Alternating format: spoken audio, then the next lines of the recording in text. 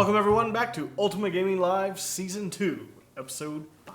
5 episodes in? 5 episodes in. I can't believe this. I can't believe it either, but you know what else I can't believe? What? The game they're making us review today. Which games are we reviewing today, Hunter? I've seen some weird games in my time. We got a lot of boobs going on today. I like boobs. Do you like boobs? Yeah, and we also have bunnies. Bunnies? Not necessarily together, but we have a game with boobs and a game with bunnies. Okay, I like bunnies. We have Senran Kagura Estival versus for the PS4 and PS Vita. Blastum Bunnies, which is on multiple platforms. You can find it on your digital download shop.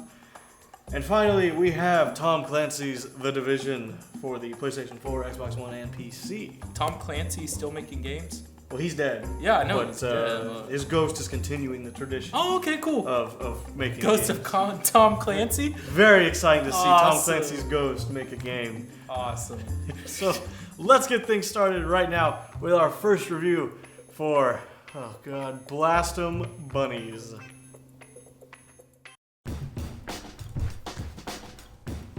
It sounds rather dumb, and may even look as uninteresting as it sounds. But the reality is, I love Blastum Bunnies. It's a game where you play as a bunny in a turret, and you get this, blast bunnies. The game is a blast. Okay, puns aside, the game is actually very entertaining, and I was pleasantly surprised. Blastum Bunnies is pretty simple at its core. You stay stuck in one position and must spin around with your turret and blast oncoming waves of hostile rabbits. If you're too slow, the rabbits will sneak up on you and give you a beating, causing you to lose health until eventually it's game over. The enemy bunnies come in a variety of forms. Some are quick but will drop after a few hits. Others will try to fly in. The toughest ones are large bunnies that slowly march towards you, taking the most hits. Bunnies will all show up in a rather small, predictable pattern. As the round goes on, it becomes even more intense until you're surrounded in 360 degrees. There's no true finish to the game, you'll simply go on forever until at some point you get overwhelmed. At the end of each match, you'll earn money, which can be spent on upgrades so you can try again better next time. Oddly enough, for a game that's all about getting the highest score, it's disappointing to see the lack of any scoreboard. It sort of defeats the purpose of aiming for a high score, when the only person who will know about it is you. Everything about the game is beautifully crafted and animated. All of the animals have a very cute and solid look to them, and the environments are well drawn as well. I was most impressed by the performance of this game. While there are some loading times here and there, the game never suffers from any lag. No matter how many enemies populate the screen at one time, it's a solid experience from start to finish. Blastum Bunnies is a pretty cheap game. For just a few dollars you can purchase the game, however doing so will only give you one map. While that alone has some replay value, it can get stale rather quickly. Other maps and costumes for the bunnies can be purchased via DLC. The purchase model for this game isn't bad, because you don't pay a lot up front to begin with, and by the time you've bought a good amount of DLC, the total cost you paid feels justified with the amount of content you receive. It would have been nice to have some type of story or even a cutscene or two to help give the game character and purpose, but really, do you care why you're playing a bunny with a turret killing other bunnies? Probably not. Blastum Bunnies blast its way onto multiple platforms with a solid 4 out of 5. So, Hunter, can I talk to you about this Blastum Bunnies? Yeah, what about it? It was actually somewhat fun. I mean, Peter's gonna kill me for saying this, but I love shooting bunnies. I love shooting I bunnies. never thought shooting a bunny in the face could be so fun. So Or being fun. a bunny with a gun, for that matter. Bunnies with guns are Bunnies awesome. with guns are awesome, but you know what's even better? What? You got your schoolgirls, you got your swords and your ninjas. I don't know where you're coming with and you this. put them together in sweet harmony, and you make sure everything's just right. And I'm dialing the officers now. And they give you a game that's so beautiful And for the PlayStation 4 and the PlayStation Vita. You know what I'm talking about? which game? I'm talking about Senran Kagura Estival versus. Okay. I'm excited. That's right, it's Ultima Gaming's Weeaboo Game of the Month. Here is our review. Let's face it, sex sells. It always has, and it probably always will. Usually when companies are busy shoving boobs in your face, it means they're trying to distract you from the fact that the product itself is absolute crap. And to be honest, that's what I thought about Senran Kagura. Much to my surprise, Estival Versus is actually fun. And I don't just mean fun to look at. Fan service aside, the game is actually quite enjoyable. If you're new to the world of Senran Kagura, all you need to know is it's filled with probably underage ninja schoolgirls who have very nice, we'll say, assets. They aren't afraid to show them off either, as you'll see them time and time and time again. The plot of the game, there we go again with plot, not that plot, the actual plot, is rather simple. It comes down to the girls choosing between participating in a festival for a chance to be reunited with lost loved ones, or leaving the festival to finish their ninja training. Yes, it's all very fascinating and wonderful, and who cares because hey, boobies, am I right? God, playing this game with one hand is hard. Estival Versus does very little to actually tell you who anyone is or what is even going on. If you've never played any other entry in the series, like myself, you'll be kind of lost, as the game constantly refers to previous titles without any context. But the reality is, you don't care. You didn't buy this game for a convincing story anyway, did you? The gameplay is comprised mostly of a beat-em-up hack-and-slash style, with simple configuration for attacking, mixed in with parrying and dashing. My biggest gripe with combat is blocking. Not that you can't do it, but that your opponents will sometimes do it too often. You can be in the middle of what seems like a devastating combo, only for your enemy to push you back and counter. If this happened every now and then, I wouldn't mind. But it seemed to happen all the time, and became rather frustrating. Each girl has a different transformation that, of course, involves a scene with clothes flying off and new outfits appearing, while the tatas dance around and fly in every which direction. Remind me, do I love this game or hate it? My biggest gripe with this game are the stages. The levels feel very repetitive. Fighting in the same spaces over and over again gets old fast. However, the overall look and aesthetic of the game are wonderful, and it really shines on the PS4. If you need a break from all the hustle and bustle of fighting, you can pick your favorite girl and have her pose in various outfits. Oh Japan, you're so silly. The game also features online play, which is fun, but not when you're one of 10 people online. Waiting for other players will test your patience, as there weren't many at the time of this review.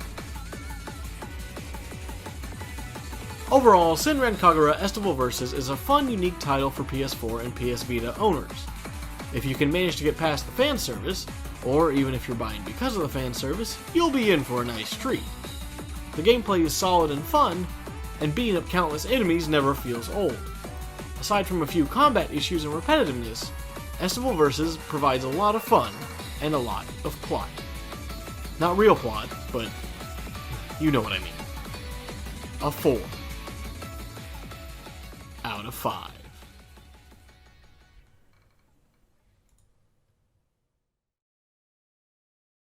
I pretty much like that cop. I said she was 18. Yeah. I said she was 18, but it's okay. They fell for it. It's all good. It's all good. Hey, welcome back. Welcome back to the show. During the break, Jesse, you know what I found? What? I found our biggest fan. No, man, I think I found our biggest fan. Wow. It's lengthy. We have 2 whole fans. Yeah, we have 2 whole fans. That's 2 more than I thought we had anyway. But you know, speaking of fans, you know something I wasn't a fan of that I was really excited for? What? The Division. The Division. You know how long we've waited for this game? This game looked so good. It looks good. I played the beta. I wasn't that impressed. And going into the main game, I can't say I was that much more excited. Really? Well, here, you'll see in the review. I was really excited for The Division when it first came out. The idea of an open-world Manhattan where you run around and fight bad guys with just you, your friends, and your gun sounds all too enticing. And yet, playing The Division isn't all that enticing after all. For an open world with tons of potential and lots of opportunities, the game is wasted a majority of the time by just having you run from one end of town to the other just to shoot some enemies, then run to another area and shoot more enemies. Now I know what you're thinking, isn't that the point? It's a shooting game. Yes, but in a large open world like this, it feels like dropping a kid in a large sandbox and giving him nothing more than a shovel.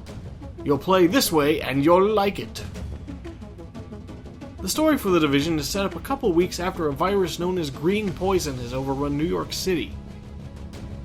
It's up to the top secret government agency known as The Division, see what they did there, to help restore peace and normalcy to the citizens. What better way to do that than run around with some friends guns blazing? Yeah, I can't think of a better solution myself. Regardless of the fact that it's guns blazing, it's still fun and entertaining for a while. Being a third-person open-world shooter is impressive in and of itself.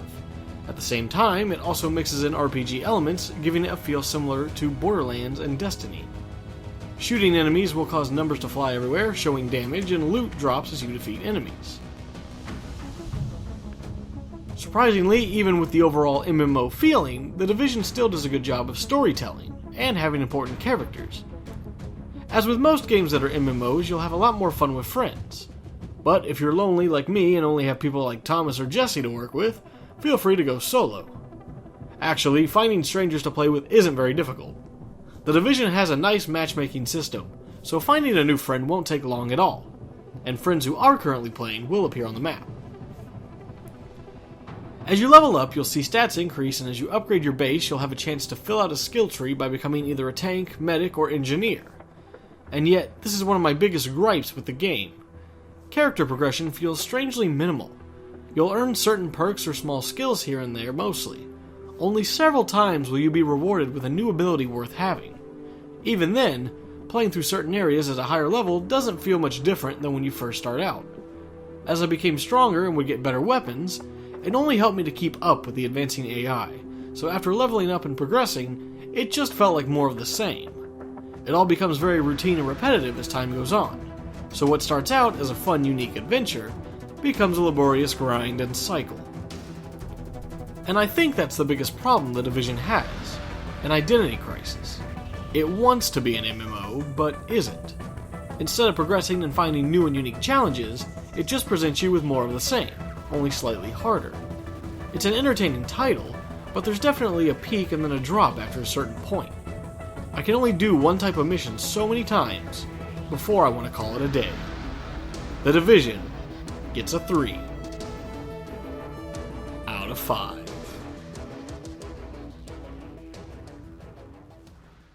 So that was The Division for Xbox One and PS4, and what's going on there, Jesse? Man, you had to make me deal with all this crap today. What crap? Just had to wash my hands off. For what? What? You don't even pay me enough to deal with this crap. We don't even pay you.